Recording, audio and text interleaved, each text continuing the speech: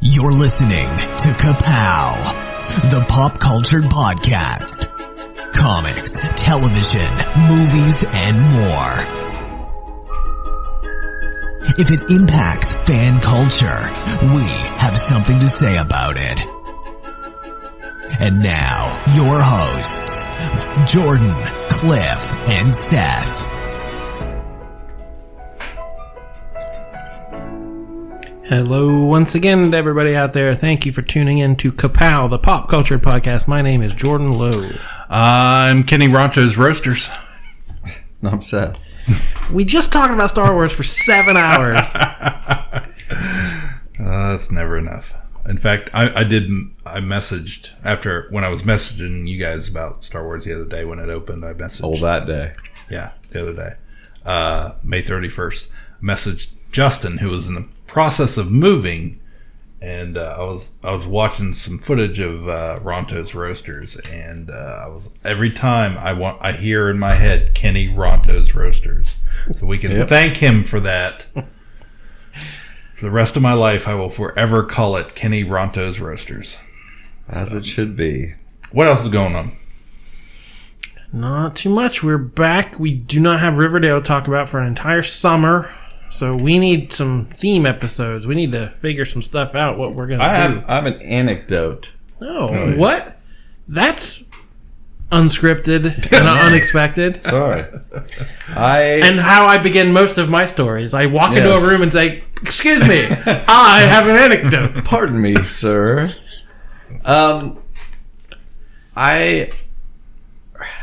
This is not an original idea, but I had heard a couple years ago, I was listening to some podcast. I don't even remember which one it was, but they got on the idea of falling down and how they had fallen down and somebody hadn't fallen down yet that year and so on. They were talking and it turned into, could you make it through the year without falling down? and I started this at work, and at the beginning of this year, I said, I came in, I have a pin that I wear that says #don't fall down. And I said, okay, I was talking about it, and this girl was like, people don't fall down. And I was like, yeah, they do. People fall down. They just block it out. They just fall down and get back up and move on. I was like, but you fall down. I was like, you're going to fall down. And I was like, I'm sure I will fall down. I was like, it happens. I'm talking, it doesn't have to be a big production. Right. I'm saying you bend over to tie your shoelaces and you fall down on your butt. So that counts. Yeah. If you end up on anything but your feet, you fell down. The other day at work, I was trying to plug my laptop in, and we have these, it's an office. You're supposed to say, I have an anecdote before you say. I have an anecdote. I was at work the other day, and we have... How else are we going to know? Really? Right. And I was trying to plug my laptop in my charger, and we have a plug that's kind of underneath our desk, kind of up and way down. It's a little reach, and our chairs are really kind of slick. So I was down there, and I'm trying to plug my plug in, and I'm not paying attention. I'm sliding forward in the chair, and before I know it, the chair flips out from me. Thank God nobody was in there but me. Yep. And he fell down. And I fell down. It happens. People fall down. So anyway, I had a few people that were just like, "No, you're crazy. I'm not gonna fall down. I haven't fallen down for years. I haven't." I'm like, I've blocked it out. You don't know what you're talking about. So I've kept a list of people that have fallen down. Okay, one of the girls, for real. One of the girls fell down on the ice. It was winter. It was great. She fell down on the ice. Another guy, he said, like the first week, he's like, hey, I really started about the end of January. So when I remembered to do it, and he's like, hey, somebody said something about a falling down contest. I was like, yeah. He's like, what is this? I was like, well, if you fall down, what I was explaining it. And he's like, oh, well, okay, well, I want in. I was like, oh, you're all in. I was like, everybody's in. I was like, but, it's on the, what do they call that? The honor system. Yes, the honor system. if you don't tell me, I'm not going to know, but you'll know. So just tell me if you fall down so I can put you on the list. And he's like, well, I fell down a couple weeks ago. I was like, you're out. I was like, oh, how'd you fall down? I put him on the list. He's like, I didn't know I was in it. I was like, you were in it, man. Yeah. And then... So you've been playing since January. It's 6 months ago. And they're just now finding out that they've been playing the whole time. Well, no. Everybody's known since the end of January. This one lady bent over and fell down. The one girl that fell on the ice fell again. So she's on there twice. Another girl fell down the stairs. I said, first off, at this point, we were like, it's getting to be almost March. And I'm in everybody's heads. I'm like, that not only is it going to suck when you do fall down, the first thing you're going to think of is Seth. I was like, every one of you is going to think Seth. I was like, as you fall off the bridge, I was like, in those few seconds before you hit the water, you're going to think, damn you, Seth. So another guy fell down the stairs. He wasn't at work for a few days because he fell down the stairs. One girl, the girl that says people don't fall down, fell down in the parking lot.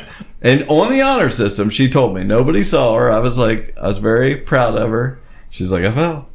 Another lady fell and broke her arm and her hip. I was like, the next thing is the bridge. I know it's coming. This is the start of one of those bad 90s horror movies. I know, it's Final Destination. That's what I tell them. I was like, man, it's coming for you. You know it's coming around every corner. You've unleashed some ancient curse. Another girl fell down her stairs. Stairs are the biggest thing right now. Worse than ice. It was stairs, because stairs are all season, baby. And then a girl just a few days ago fell in the woods, which is very, that's right up her boat. She's woodsy.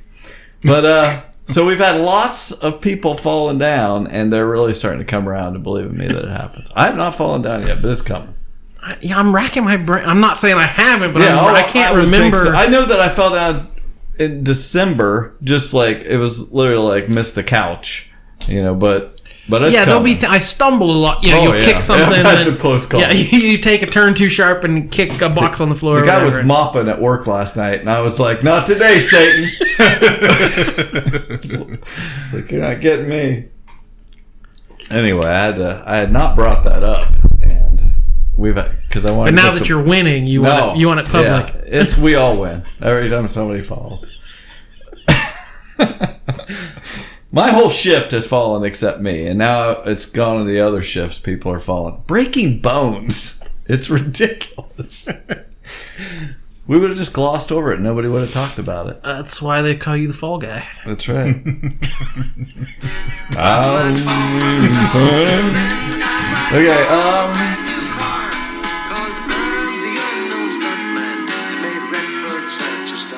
We were going to do a get to know us thing, right? Yeah. You down with KPP? Yeah, you know me. What the hell is wrong with you people? You know me. What's wrong with you? What is wrong with you? You know me. I hate so much about the things that you choose to be. You know me. You don't know how it feels to be me.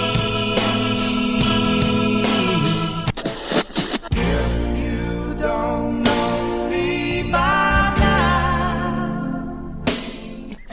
Why are you the way that you are? Yeah, I haven't done this segment in a while. Yeah, I feel a little rusty. This is where we pick a getting to know you question out of the pile at random. If you have any questions, send them in because we're running out of questions. Yeah, we would love some more questions because this segment's nearly over. All right, I pulled it out of the pile this time, and the question was, what was your first car and your first accident? Parentheses involving a car, not falling down. Right, yes. See, we match, we mesh. We've gone from falling down to having accidents. I drove, it was a 1989 Jeep Cherokee, which was a hand-me-down from my mother, who was named Geraldine. Jerry, as she's known to everyone. So my friends all called it the Jerry Key. So that I love that car. I would still be driving it if I could. I've never really been in a serious accident. Knock on the velvet table. I should not have said that. Yeah, big. You've been in an accident in my driveway. I've backed into a ditch. You ended up not. I have backed into a ditch in Seth's driveway right outside the bunker. Fishtailed a few times and done some swerving on the ice, but probably the first one I was in, it was a friend driving the car, and it was after school, and it's that rush, everyone's leaving, everyone's going, and I think we had something after school that night, so we were all jumping in his car, 6 people or whatever, and running up to McDonald's, the only restaurant in Beverly, and he backed out as someone was coming and backed into them. And this my pal Evan was a good church-going fellow, but I have never heard more curse words in a shorter amount of time than I had ever heard in that car. He just let loose. I was like, what just happened? But actually, the girl he hit, her dad owned a body shop in Lowell, so it was all taken care of, and we went on to do whatever we were doing that night. So, I had also in 1989, I had a Plymouth Sundance 2-door. And it was a nice car. Had it for a long time. And I put a little red light bulb. If everybody at that time remembers, had a little red light bulb. So when you opened the door, it was all cool looking. And you just got a weird look on your face. I know. I'm like, what is he trying to woo us? That car went everywhere. And in fact, that car, I managed to rip the bumper off of it one night, traveling the back roads. And I remember it was a Super Bowl night. I was having a really bad night because just like I am now, back then I was probably maybe even bigger than Cleveland Browns fan. And it was one of the Super Bowls they weren't in. Yeah. Well, let's figure out what year that was. Let's narrow it down. It was actually one of those years they weren't in the league. Is how bad it was. And Pittsburgh was in the Super Bowl that year. I think it was in. Now it's all making sense. Well, I don't even know what year. Who cares? But I was in high school, and me and a buddy of mine at the time, we went over to a couple girls' house to watch the Super Bowl. And we were driving. I was driving the back roads, coming around a turn real fast and up over a hill, and took it too fast and hit the gravel and slid and 360'd into the hillside, hit a stop sign, or not a stop sign, a speed limit sign, and ripped the bumper off the front car, and that was that. So you guys are amateurs.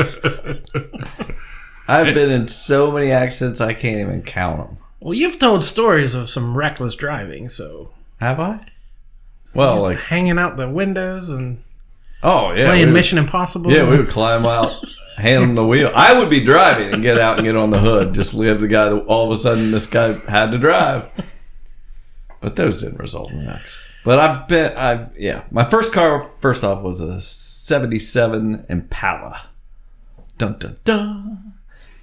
You have to do that when you say Impala. That was the rule back then. Anyway, but I don't remember wrecking it. But first off, I want to say I haven't had a wreck or a ticket in 20 years. But back in the day, I may have been a little reckless. I think my first actual wreck, I was driving an 88 Celebrity, and I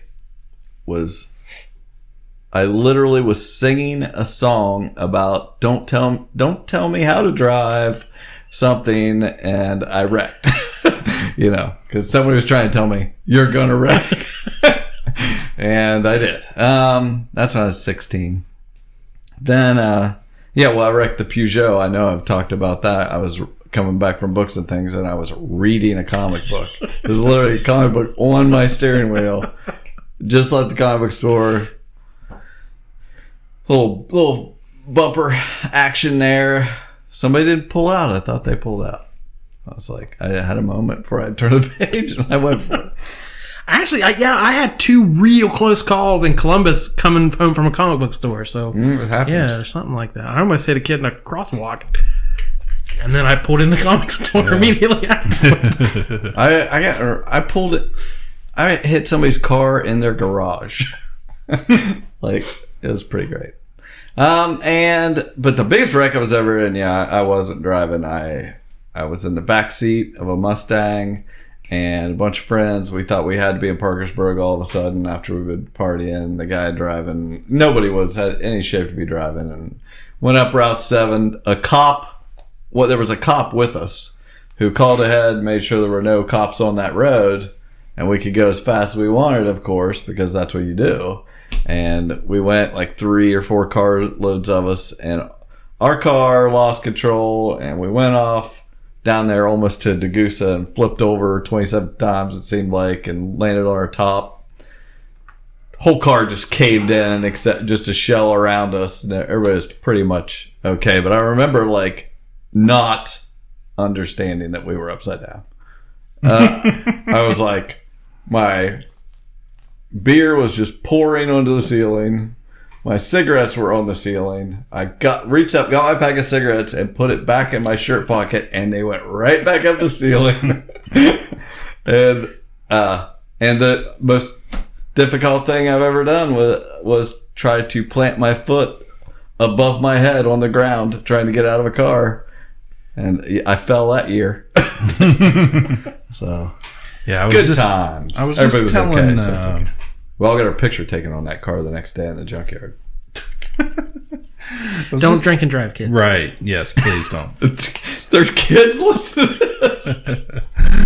Yeah, I was just telling my daughters the illustrious one story the other night about he bought a car one time for $50. And when he showed up to pick the car up, he only had $49.84. So his $50 car became the $49 car and 84 cents. It was a beauty.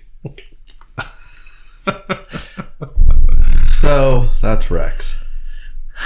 Now you know us just a little bit better.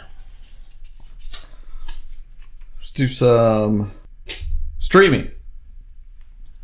Baked him out. I did not have that one ready. There's something very important I forgot to tell you. What? Don't cross the streams. Islands in the stream, that is what we are. Cross the streams. Streaming. What is going on at DC, Cliff? I don't know. I watched the first episode of Swamp Thing. It was very gross. Swamp Thing.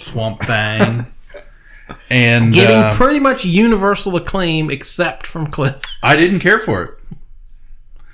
It didn't help. I had a house full of people. I was trying to watch it, and they could have cared less. So it wasn't ideal. I haven't went back and watched it again, but it definitely has a. I thought the beard hunter eating hair scum follicles out of the bathroom sink was pretty gross. Yeah, Swamp Thing's got it beat. It's got a. There is a scene with a dead body that is pretty nasty, and it goes on what feels like forever. But I haven't watched. Definitely more of a horror vibe. Absolutely, yeah. Than a superhero kind of thing. Yeah, absolutely. I don't know. I'll probably go back, try it again. Watch episode 2. Came out today. So otherwise, you'd be wasting Michael's money. Exactly, and I don't. He's not want getting his to money. do You're that. not getting his money's worth. Right. So Michael, I knew it was originally supposed to be 13 episodes, and they scaled it back to 10 episodes, and all these rumors were flying around. Michael texted me yesterday, in fact, and he was like, hold up. He was like something about Georgia's really messing up or something. It's actually North Carolina, but he was almost close. He was almost right. It was He southern. was a couple states away. So I was like, what are you talking about? And he said, he was telling me that Swamp Thing has been canceled. DC was supposed to get a $40 million tax break. Is that correct? Yeah, basically an accounting error. Yeah, cost this show. So the budget was way higher than they thought it was going to be because they thought they were getting these tax breaks. That's why Walking Dead and so many of these shows film in like Georgia, or certain places offer incentives for you to film there. Well, apparently North Carolina was giving them a good break until they weren't. So yeah, the season before it ever aired was already cut short. One episode premieres to good reviews, and the next piece of news is, oh, by the way, the show is canceled. So I was reading tons of comments like, well, then why even start it? Which, okay, you can still watch it. Sure. It's still a season of show. It doesn't mean... there. Yeah. So then I see today of the rumors coming out of the Warner Brothers streaming service. Have you heard any of this stuff? Yes. Oh, I've heard of the Warner Brothers streaming service, which doesn't make a lot of sense because they own DC Comics. So why have two? That's been going on since, they said the Swamp Thing was getting cut down, the order was cut. People were like, oh, they're rethinking their streaming service. They don't know what they're doing. They're going to change things. So people were already nervous that it was even going to exist. And somebody from AT&T, the AT&T Warner merger, whatever, some executive VP of something, let out a little information, and the Wall Street Journal ran a story. They are expected to be between $16 and $17 a month, and include HBO, Cinemax, and all the Warner Brothers TV and film library. So if you subscribe to HBO, it's like $14.99. Yeah, right. It's $15. So for like $1 or $2 more, you're going to get the entire history of Warner Brothers. Yeah, which is enormous. So, to compete with this Disney service and Netflix and all these things that are in the works, that seems like a pretty good deal to me. It's doing a beta run later this year with a target of March 2020 for the official launch. And there are already rumors going around doing like a lower price tier with ads, and then a premium option that'll have live sports and live events. So there's already... Phase 2 is already being talked about. So it seems like it's going forward. Right. And it seems like not a bad deal. If you're already paying for HBO, that seems like a heck of a deal. So people are wondering if they're rethinking the DC stuff, does this get folded in as a premium option on top of the other stuff? Will it all just get folded in anyway? Or should it stay separate as a, just the superhero stuff? And don't get me wrong, I really enjoy that DC streaming service, the app, everything. I think it's great. There's quite a bit of content. I enjoy their original shows. I'm looking forward to more of them. Season 2 of Doom Patrol, Stargirl. There's a lot they can continue, still add to it. Yeah, it's barely got started, and people are already like, "Well, when's it going away?" So I don't know. That's not a great, not great momentum. Good. Yeah, I'm really enjoying kind it. Of par for DC's course. When I was telling you when one of their new animated movies releases, it's on the streaming app. Like I don't have to go rent it somewhere or wait for it to come around. But somebody told me that Batman versus Teenage Mutant Ninja Turtles did not drop. No, I have not seen it on So there. for some reason, that one didn't, but all the other ones had. They have. Yeah. So I don't know. Wait and see, I suppose. So I watched. If we want to switch over to Netflix real quick, my wife and I watched a romantic comedy the other night called Always Be My Maybe with Ali Wong, who I really enjoy. She's a stand-up. And Randall Park, he's been on a lot of stuff. Including Fresh Off the Boat. Yeah, Fresh Off the Boat. He was in some Marvel movies, Ant-Man, and some different things. So we were going to go to bed the other night, and I kind of was like, well, I'm not really ready. And I was looking for something to watch, so I started it. My wife, we ended up staying up way later than we anticipated because it was so good. We highly enjoyed it, and it's about two starting out as young children Asian Americans in San Francisco who live next door to each other, and the little girl spends a lot of time at her next door neighbor's house and with his family, and his mom teaches her how to cook, and then they grow up together, but just as friends, and then when they turn 18 they kind of get together, but the timing's not right, and then they go off to college and live separate lives and come back years and years later in relationships of their own, and it's a romantic comedy and how they get together. But Randall Park plays this. He's in a band, and he kind of raps. He's actually pretty good. He's normally like the nerdy, uptight, right? Yeah, and he plays this musician. He's got the beanie on and stuff. And I was like, well, this is a cool turn for this guy. I would have never pictured him in that role. Hello, this is how we greet you. This is what we say every day when we meet you. We are Hello Peril, the band of four. We got tunes to entertain and teach you. We say, and it's got a guest spot from Keanu Reeves in it, and he is wonderful. And if anything you walk away remembering from this movie, it's Randall Park and Keanu Reeves together. So I was surprised. It's really good. Netflix, go out and watch it. My wife really enjoyed it. Speaking of Netflix, we've got season 5 of Black Mirror, which we love. Black Mirror. So 3-episode season, all over an hour, I think. All of them were or right around an hour. I watched the first one. Yes, that was called Striking Vipers. Anthony Mackie and is her name Regina Hall? Maybe is her name. No. I'm sorry. It's Regina, isn't it? Or maybe I'm wrong. Anyway, there's 2 more episodes. There's only 3 episodes, and I saw them all. Nick and I sat down and watched them all. That's a show I can't binge because it's normally so bleak. So what did I say last time? Psychological unease that it leaves me with. Yeah, what'd you think of the one episode? The show it's an anthology, so everyone's a different tone or a different set of actors, and it's usually about how humans interact with technology and what the good and bad things we do with it. And so the first one was about a video game. So you think you kind of know where it's going. Okay, guys, get obsessed with this video game, but it does not go where you think it's going.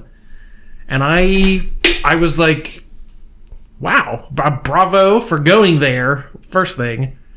And I enjoyed it. I thought it was not the typical type of episode they do, but very strong, good acting. The best part of it, I thought, was the dead look in Anthony Mackie's eyes as he's given up on life. Just that I don't want to spoil the episode, but it's just like he's gotten married and he's just like given up.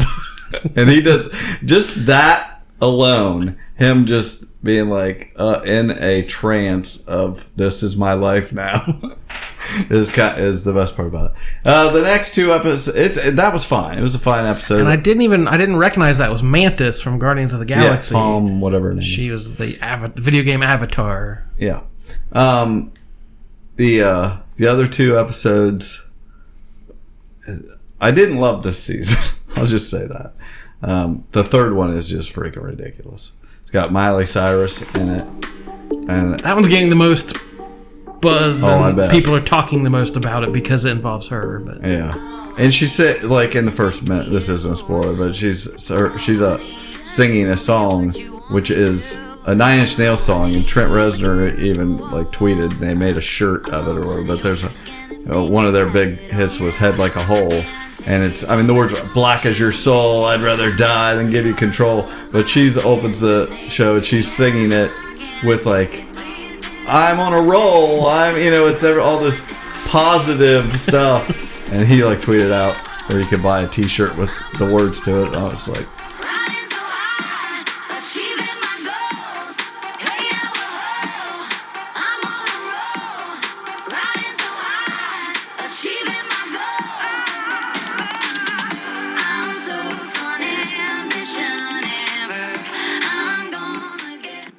Nick's like, I'm so conflicted because I like the song, but not what is happening. You know, it's fine. They're all worth watching, but it's like that one gets ridiculously and even maybe stupid. But and the second one, I would say it doesn't feel like any kind of advanced technology. It feels like something that could happen right now. Those are the best kind. Yeah. But always ready for more Black Mirror. When more comes out, I'll gobble it up too. What else have you been streaming, Jordan? A couple documentaries, actually. I didn't have to stream it because I get Showtime, but most people don't, and it's on their Showtime app or whatever. 4-part documentary, Wu-Tang Clan of Mics and Men, kind of tracking the history of the Wu-Tang Clan. Big part of my hip-hop library. Remember that callback? Yeah. Oh, yeah. Yeah, but it tracing their evolution. It wasn't the best documentary I've seen because it's any musical biopic, they sort of, you rise from poverty and obscurity, you get celebrity, you have a falling out, then at some point you reconcile this. So it's basically the story, but there was never any, they've always worked together. Some controversy involving the album they only made one of a couple years ago. If anyone heard of that, it got sold at auction for over $2 million to that Martin Shkreli, the guy, Pharma Bro, I believe he's called, the guy who raised all the prices on pharmacy drugs, and he used his millions to buy this Wu-Tang Clan album, and they were just like, we hate being tied to this guy in any way possible. This is terrible. Right. And there was some behind-the-scenes stuff with that album. Most of them didn't even know what they were making. They kind of just like, hey, sing on this track. They didn't even know they were making a Wu-Tang album. So that was probably the most incendiary sort of talking behind each other's back. Like, that's not how it happened. But it's mostly a positive thing. A lot of them grew up together or were related. So them talking about their family life and what life was like growing up in New York in those days. So if you're a fan of hip-hop at all, it's definitely worth a watch.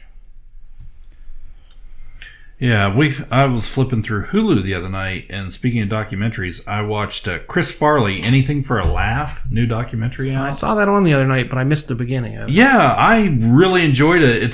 They do a neat thing, because I've watched these before, especially about Chris Farley, but they did a neat thing with his 3 brothers, and they had them in like a restaurant at a table by themselves and sitting there, and they were having dinner. And just having a discussion, as brothers do, about him. And it was very honest. And the experiences they had with him at the time, even when he was getting bad, and they recognized it. But, his history and his relationship with his dad and what that meant to them and how it affected them. It was really neat. It had other celebrities on it, too. Dan Aykroyd and Tom Arnold and Gary Busey for some reason, and you had Spade on there, and I mean it was really kind of heartfelt. It was a little sad, but a lot happy. They showed a lot of his Second City stuff. Talked a lot about his time he had coming up, in college and at Second City in Chicago. A lot of stuff about that, but I really enjoyed the part with the brothers. It was original, something I hadn't seen before, and they give a different perspective about the man. So it's kind of crazy. There's a whole generation's gone by since he's passed away. Yeah, it's been like 20 years. Kids don't even do they even know him or his work? Yeah, so kids. Freaking kids. The other documentary I watched was a political documentary on Netflix called Knock Down the House. Uh-oh. I watched that too. Yeah, I did too. This is this big star of it is Alexandria Ocasio-Cortez. So if you hate her, you may not, you would never watch this documentary, but I would still suggest it's worth a look because it was not made as a documentary. Let's celebrate this lady. No. It just happened to become that. It was funded through Kickstarter, premiered at Sundance in January and won the Documentary Audience and Festival Favorite Awards. So it was basically, they had this idea to follow this new PAC called the New Congress, brand new Congress PAC, which are young people out there trying to get first-time candidates to run for office of either party. It's not allied with one side or the other. They just want new people to run for office. So they thought, that's an interesting initiative. Let's follow this for a little bit. So they picked 4 of these first-time candidates who were taking on pretty much impossible odds. So Ocasio-Cortez is one in New York. They followed Amy Vilela in Nevada. Yeah. Cori Bush, who was running right outside Ferguson, Missouri, where we had the riots recently. So she was saying, I don't feel represented in what's going on, so I'm running. And Paula Jean Swearingen, who was trying to primary Joe Manchin in West Virginia, which we border right here. So we hear a lot about Joe Manchin. Spoilers. You've never heard of these other 3 people, so you know how their campaigns They didn't win. But I just found it amazing. It wasn't like telling you how to vote. It wasn't telling you what these people believe in, but it was like the knocking on doors and the handing out leaflets and the organizing and the making posters and kind of the behind the scenes stuff of these just plucky, I can change the world. That American dream of like, I have a voice in the system and I'm going to try. And it was just amazing to watch. And I was fascinated that they were shooting when she found out she won. Yeah. And you never see that ever. Any, election night. Either way. I mean, she was up against a juggernaut who had been there for a long time. Yeah, who barely even had to campaign. Right. Because he'll just get reelected. Yeah. And these other 3 were basically against the same thing. Like, no one was trying that hard on the other side. But yeah, so when you're watching the results on election night, it comes up on CNN, and a half hour later they come out and the balloons drop and they wave and they kiss their wife. Like, you see the scripted moment of, you call and congratulate your opponent and all that stuff. But the camera was on her face when the results came in, and you see her just all this emotion on it. It's like that. You never get that behind the scenes look at any politician. It was crazy. And as she's rushing into the bar where they're having the party, like the doorman tries to stop them and they're running late. She's like, "That's me on the poster." Like, she had to pull the, "Do you know who I am?" Oh, that's me. I'm here. Yeah, it was great. It was there, and maybe it's just because of where we live, but the Paula Jean lady. It was a great moment. I love the piece on her. I'd never heard of her, even being right here. But she's riding through she was from like Coal Town, West Virginia. And she's going down the street and she's pointing, with the camera crew. Nobody really knows, even now, they don't know who. But she's pointing out, this lady over here has cancer. And somebody in that house had cancer and died. And she's just, house after house after house going down the street, pointing out, all this disease and from where she's from. And then they go up to a mountaintop and they're overlooking, a coal mine that they'd done the mountaintop mining.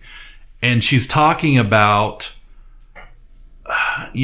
what West Virginia being so dependent on coal all these years and still trying to be, and how it's, black lung and it's poison the water and their land and all this stuff. And she goes, my God, she goes, they're, if another country had come in here and poisoned our water and our land, we would be at war with them. But because it's industry, we say, come on, welcome. And I just thought it was this great moment. That was my favorite. I loved all the AOC stuff, but that lady from Littletown, West Virginia, because we don't hear that very much around here. So let's hear the other side. Did you watch that DuPont documentary? No. It's really good if you live here. To see it. Like, I had the best time telling Nick about it. Like, I told him, I was like, okay, I had just watched it, so I had all the details and it fresh in my mind of how it went down. And he came home and was like, I'm gonna tell you a story. I was like, let's say there's this town. And I went through all this stuff that happened and on and on and on. I was like, yeah, it's here. Yeah. And he's like, it blew his mind, you know. I was like, you took those blood tests. Yeah. I was like, we were a part of this. You know, those people all gave up their right to money to pay for testing for the greater good and all this. And boy, there's a lot of people around here who don't want to talk about it. Mm-hmm. It's like, yeah, well, we all got screwed, and you know, it's crazy. For anyone not listening, not from around here, we live in a area that was known for industry in the past, and there's still a lot of somewhat here, but you know, we jokingly call it Chemical Valley all the time. Yeah. Because it's so highly polluted from these chemical factories and plants. And I can't remember that name in the documentary, but the amazing thing to me that you find out is that the chemical is in everyone's blood. Yeah. It's in everyone's blood in the entire world. In the entire world. Mm-hmm. It is in everyone's blood when you're born. From here and wherever 3M had their plant. Yeah. But it's all from that. That amazes me to no end. And it's all because we all love Teflon. I mean, it's literally it. You were born with it all across the world. They had to go back the newest blood they could find to test that did not have it in it was from the Korean War. The blood testing they did on some GIs. It's like, since then, everybody's used Teflon, and it's in all of our systems. Yeah. And it's just amazing to me. Even if you don't use Teflon in your house. It doesn't matter. Yeah.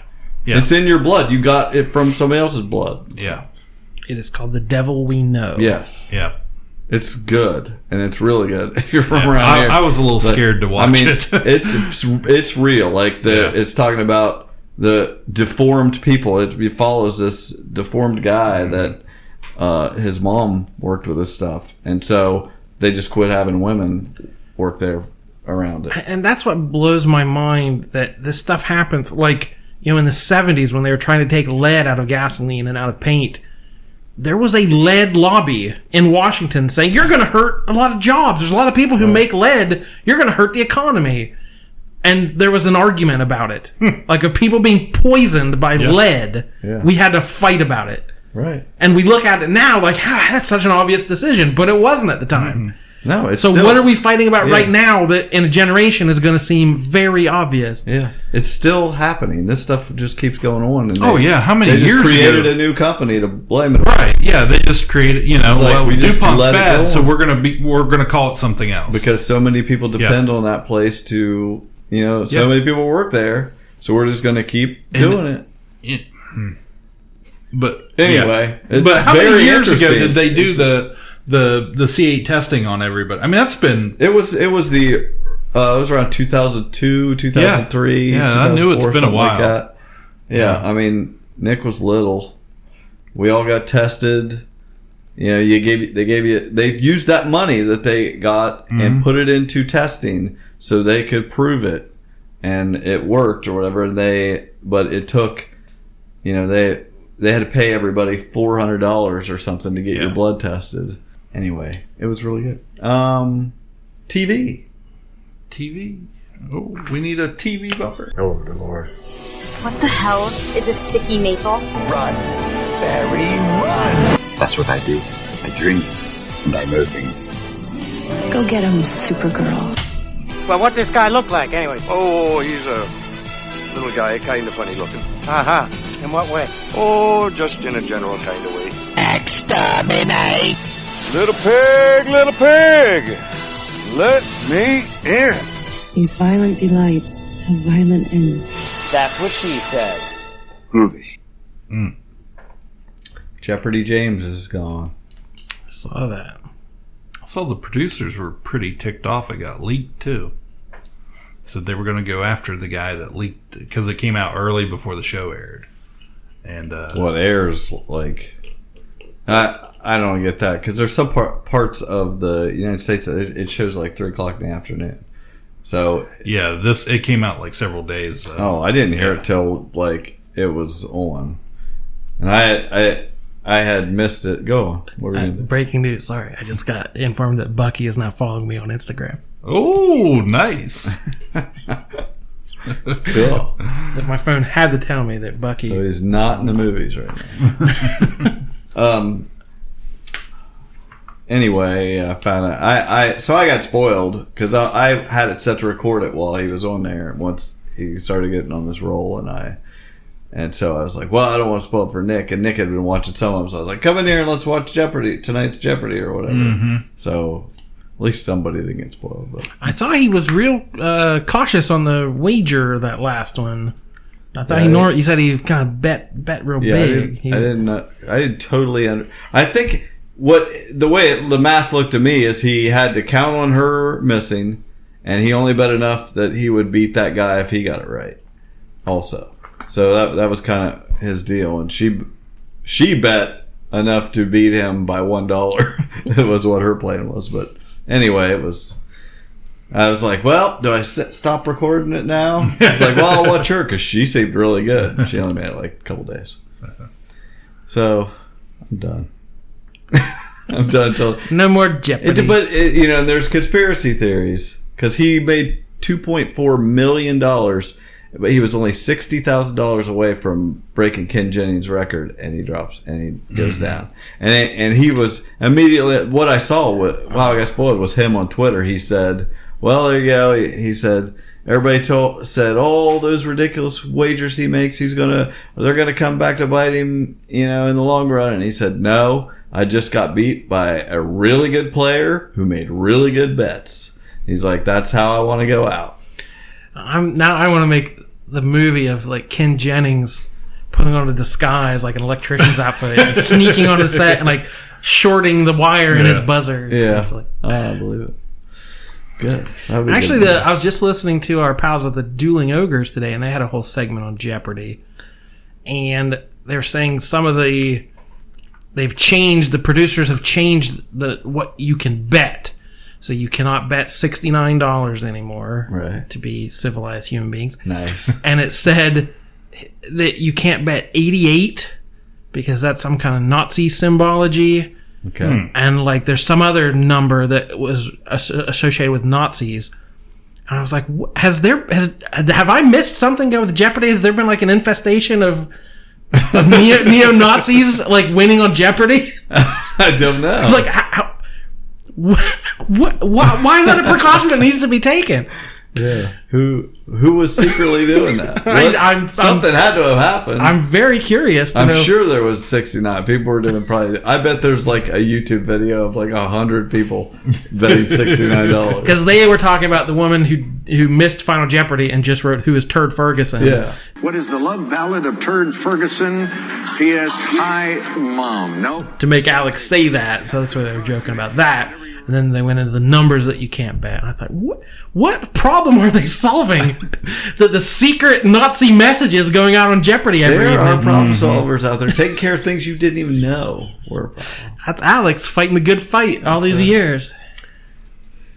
Yeah, I did see in his cancer is in remission or close to. Not yet, but getting almost closer. So 50% good for him. Smaller, and so he seems good. Seems good. I watched that first episode of Nosferatu that was not good according to Associated, or who was it? The AV Club. AV Club. Yeah, whatever. It was fine. It was a little slow the first episode, but they were setting things up, and I actually, having heard the bad review, made me enjoy it more because I was like, the bar is so low now. Somebody asked me this week if it was about a vampire, and I was like, I don't think it is, but if it's called Nosferatu, I assume. Yeah, it's kind of like that. Okay. Yeah. It's that vibe. It's like sucking the life from kids to feed this Charlie Manx character. This is based on the Joe Hill novel of the same name. Yeah, I wanted to clear something up because it's been eating me since the last couple episodes ago when you said we brought this up, something about it, and you said your favorite author. I was like, no, I want to say he's not my favorite author. The author you mentioned more times. I don't just because he comes up. I guess I don't know. He's not my favorite. You should have said Lock and Key is your favorite comic. Yes, you should have said. I have an anecdote about your favorite author. yeah. From now on, yeah. Anyway, he is the author of my favorite comic book. How's that? That is needlessly complicated. But Okay. I like it. No. That's what this show is. Getting every detail right. Neededly complicated. Anything else you're watching on TV? We have a couple fewer comic book shows we got to keep track of. Sci-Fi canceled both Deadly Class and Happy. Mm-hmm. You like Deadly Class? Both based on Image Comics. Deadly Class got 1 season, and I enjoyed it quite a lot. Happy got 2 seasons. It was fun. It was worth watching, but that one's fine. I won't miss that one. Right. The first season was set around Christmas time. We had a Santa Claus guy kind of kidnap children. The second season set at Easter time, and it's so off the rails. They've involved aliens, and there's some kind of demon possession, and it wasn't for me. It's very over the top and crazy out there. But yeah, I thought Deadly Class had a really strong kind of start. And it left. We're not going to get any more. Of course, in today's day and age, I hope Netflix picks it up. Like, there's already people out there pushing, shows. Yeah, I had to block it on Twitter. Block that and AP Bio. I had to block those hashtags. I'm like, quit saving them. I don't care. Shut up. Get out the petitions. What else? That's about all I got. We didn't cover Supergirl. We got through the other CW shows. Educate me. A couple episodes ago. How far are you? I have no idea. It's been a way long time. I like Supergirl. Don't get me wrong. I really do enjoy it. It's just kind of got lost in the streaming there. Yeah, we haven't talked about it since I think it went on hiatus about Christmas time. Yeah. So we've got half a season we haven't covered, but we won't go crazy about it. We've just kind of introduced this guy Lockwood and the humans. The metaphor was Earth first. Yeah, the aliens are taking our jobs, so we gotta protest against them. They were the guys in the gold masks, right? So not golden. So here, not golden face. So we were at one point. We get James Olsen's signal watch goes off, and we see someone step out of the shadows and shoot him. Mm-hmm. And there was sort of a cliffhanger, and I thought the nation was going to go crazy trying to figure out who shot J.O. And we're going to have theories, but no one was talking about this. I was shocked by this. But it turns out it was all part of James Olsen. There you go. I read books and work out. James Olsen. It's okay. I can be trusted. It was all part of Lex Luthor's master plan, portrayed by John Cryer. James Olsen. And he was good. He was fine. He was a fine Lex Luthor. Yeah. He wasn't that. He had that kind of little bit of the Gene Hackman sort of overacting sort of thing, but it worked the way they portrayed him. He manipulated Lena, his sister. He's the one behind the whole Red Daughter thing. We had the evil version in Kaznia, which is basically Russia. Right. So we find out Lex was behind all this from the beginning. So it was basically the back half of the season was trying to find Lex and knock out his master plan. So does he get his power suit? For a brief amount of time, yeah. But there's a whole thing going on at the DEO. They use the clone of Supergirl to make you think she attacked the White House or whatever. So then they're passing laws she can't be around. So basically Supergirl was not allowed at the DEO anymore, and they were using these mental what do you call them, psychics, to question people at the DEO. So they had to erase her sister's memory of her. She still knew Kara was her sister, but she didn't know she was Supergirl. So that's kind of the emotional heft of the last half of the season, is dealing with, she didn't grow up with a sister who was an alien, so she had, it didn't soften her views of aliens as a whole and all this stuff, and not having a sister to confide in for all her problems, so just added a lot of the drama. We dealt with John Jones dealing with his father's passing, and obviously being the last Martian, and all the history. And he was a man of peace this year, and he realized he didn't have to be what his father wanted him to be. He was his own version of himself. It ended fairly strong. Brainiac got a whammy put on him, and he had to reboot. So he lost all basically the humanity that he had built in himself. So for a couple episodes, he was just like cold, calculating, just play the odds, not seeing the humanity in people and all that stuff he'd learned. He was just a cold robot for a while. But yeah, so it ends. There's a good power of the press. Yay, journalism. The journalists told the truth. It's important for journalists to be out there doing their job. We got a little bit that thrown in there. And somebody pops up the monitor to tie in to the crisis that's coming up. Yeah. And then it ends, someone saying, Leviathan is everywhere. Leviathan is everyone. Leviathan is coming. So next season, we're apparently going to deal with Leviathan, which is going on right this second in the comics.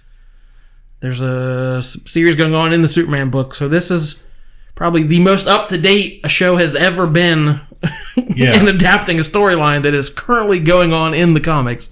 That'll be next season on Supergirl. The sort of the criminal underground in Metropolis that was going on under Superman's nose. He didn't even know it was around. It was so secret. So, yeah. Well, they're bringing Punky Brewster back, guys. Speaking of girl power. Yeah. Cool. Soul Moon Frye. She's going to come back as a single mother of 3 kids.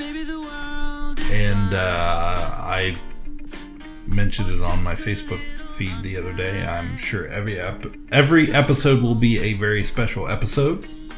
I remember watching Punky Brewster. Sure. What was the old guy's name? Anybody know? I can't remember. Punky. That was a good impression of that guy. What was the dog's name? There was an old guy and a dog. Commandant Lassard. That's Was it really? Okay. Mahoney. Let's see.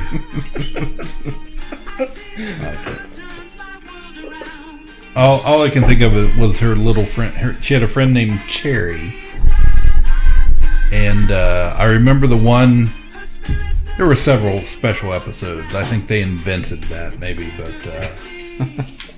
I remember there was one where she got lost in a cave. And with her friends. And there was some kind of possession. I don't know. It was crazy. Is this going to be on network, or are we... I don't know. Idea?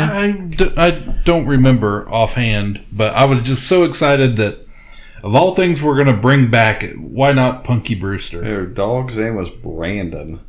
That's right. She had a cartoon, weird name too. For a dog. Brandon. Well, I never come up with that. I'm like... His name was Henry.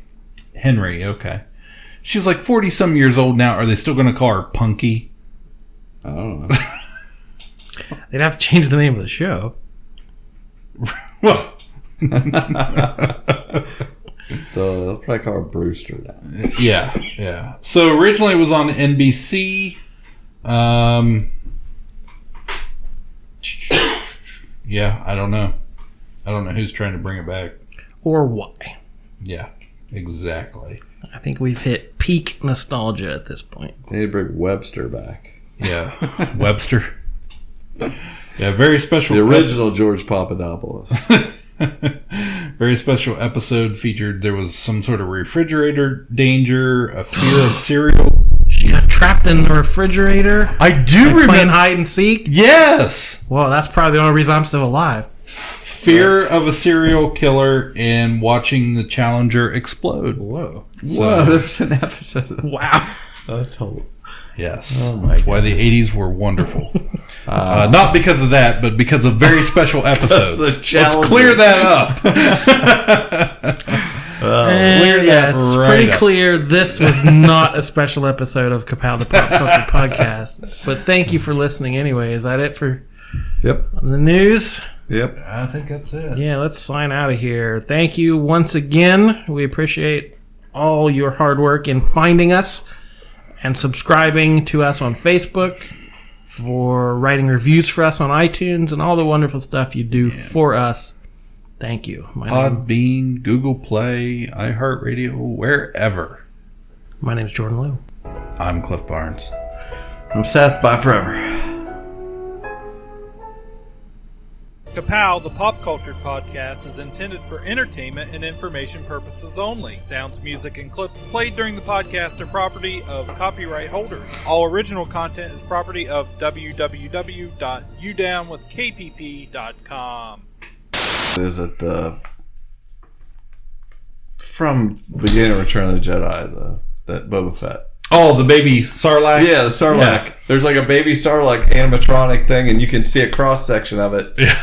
And like you could see it inside it and stuff. It's just, and it's like moving. Yeah. There's a baby Sarlacc. There's a... baby Sarlacc. Baby Sarlacc. Baby Sarlacc. Baby Sarlacc. Punky. Punky.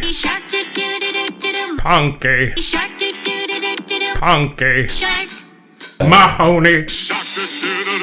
Mahoney. Mahoney. Mahoney. Like they have a store. Like they have a building that's just fake animals.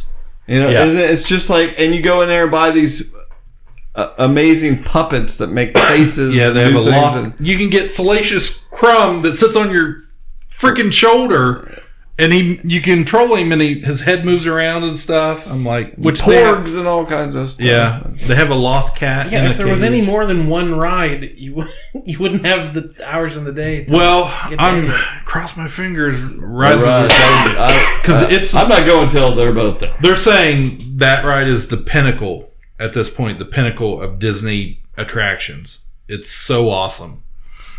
And I'm like, I'm watching Smugglers Run, and I'm like, how do you get better than this? Like, well, that seems a little video gamey to me. Like Smugglers Run. I mean, yeah, you're in the middle. In fact, that's where the magic is. That's where it is.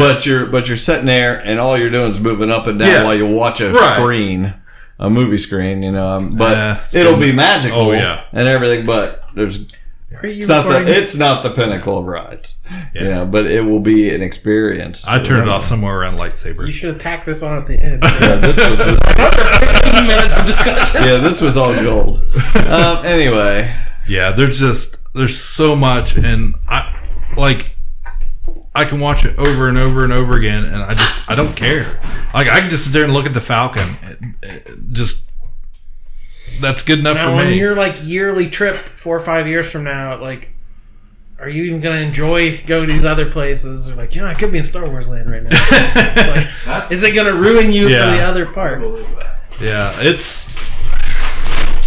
I'm sure they already have a room full of guys thinking up what else are we going to do next. You know, because. The only real complaints I've seen, some people said, I think a lot of people were just uninformed.